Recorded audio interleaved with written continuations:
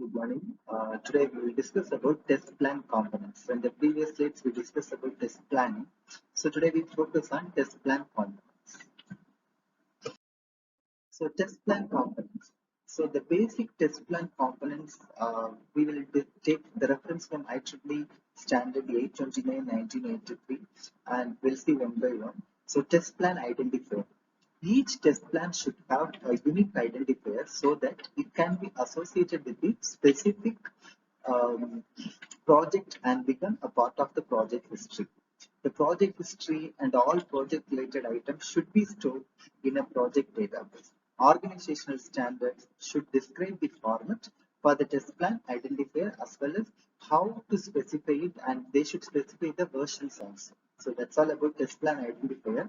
Then introduction. Here the test planner gives an overall description of the project, the software system being developed or maintained, and the software items to be tested. References to related or supporting documents should also be included. If test plans are developed as multi-level documents, then each plan must reference the next higher level plan for consistency and compatibility reasons. Okay. Then item to be tested.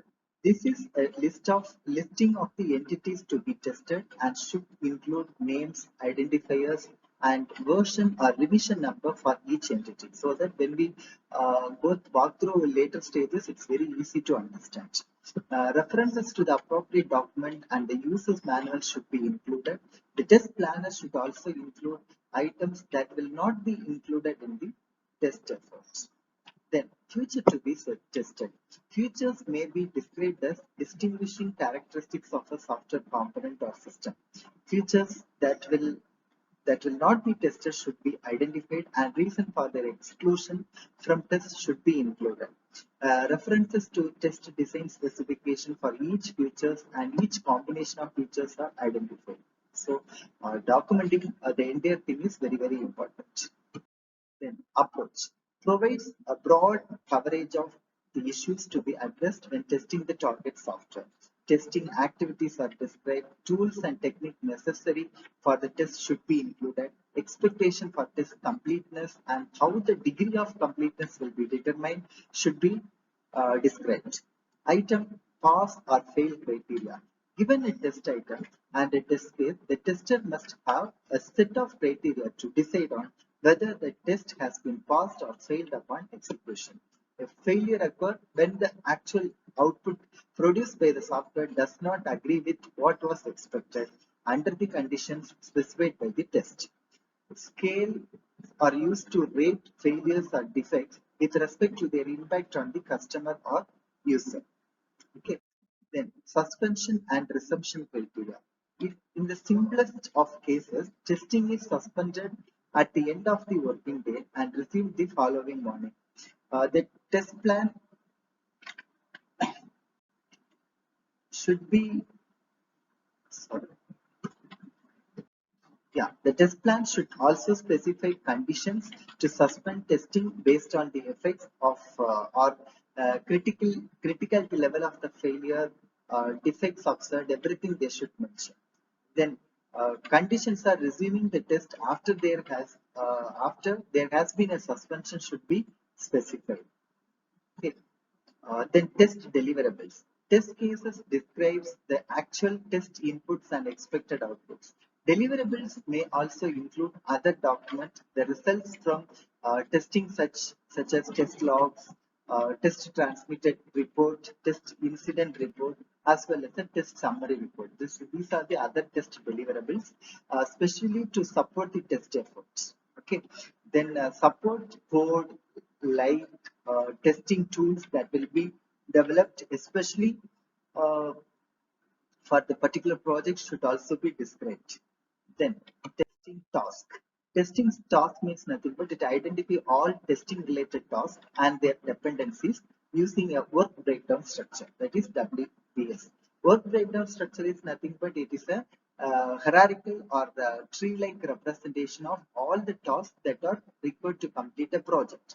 High-level tasks sit at the top of the hierarchical task board. Leaves are detailed tasks, sometimes called work packages, that can be done by one or two people in a short time period, typically 3 to 5 days. Okay. Then the testing environment. So here the test planner describes the software and hardware needs for the testing effort. Example, emulators, telecommunication equipment, etc. The planner must also indicate any laboratory space containing the equipment that needs to be reserved. The planner also needs to specify any special software needs such as coverage tools, databases, and test data generators. Next, responsibilities. The staff who will be responsible for test-related tasks should be identified. This includes personnel like developers, testers, software quality assurance staff, system analysts, and consumer or customer user who will be developing a test design specification and test cases, executing the test and recording results, checking results, interacting with developers, developing the test harnesses, interacting with the users or customers. Then staffing and training needs. The test planner should describe the staff and the skills needed to carry out test-related responsibilities. Any special training required to perform a task should be noted and it should be scheduled. Okay. Next, scheduling. Task duration should be established and recorded with the aid of a task networking tool. Test milestones should be established, recorded, and scheduled. Schedules for the use of staff, tool, equipment, and laboratory space should also be specified. Okay. Risk and contingencies. Every testing effort has risk associated with it. Testing software with a high degree of criticality, complexity, or a tight delivery deadline all impose risk that may have negative impact on project goals. So there should be a care should taken before starting the proper test plan. These risks should be identified, evaluated in terms of their probability of occurrence, prioritization, and contingency plans should be developed that can be avoided if the risk occurs. Okay.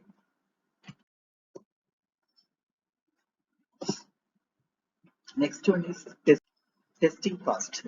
The project manager, in consultation with developers and testers, estimates testing cost.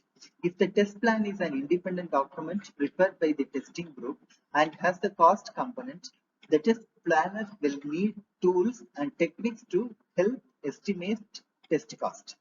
The costs that should included in the plan are cost of planning and designing the test, cost of acquiring the hardware and software necessary for the test, cost to support the test environment, cost of executing the test, cost of recording and analyzing test results, tear down cost to restore the environment.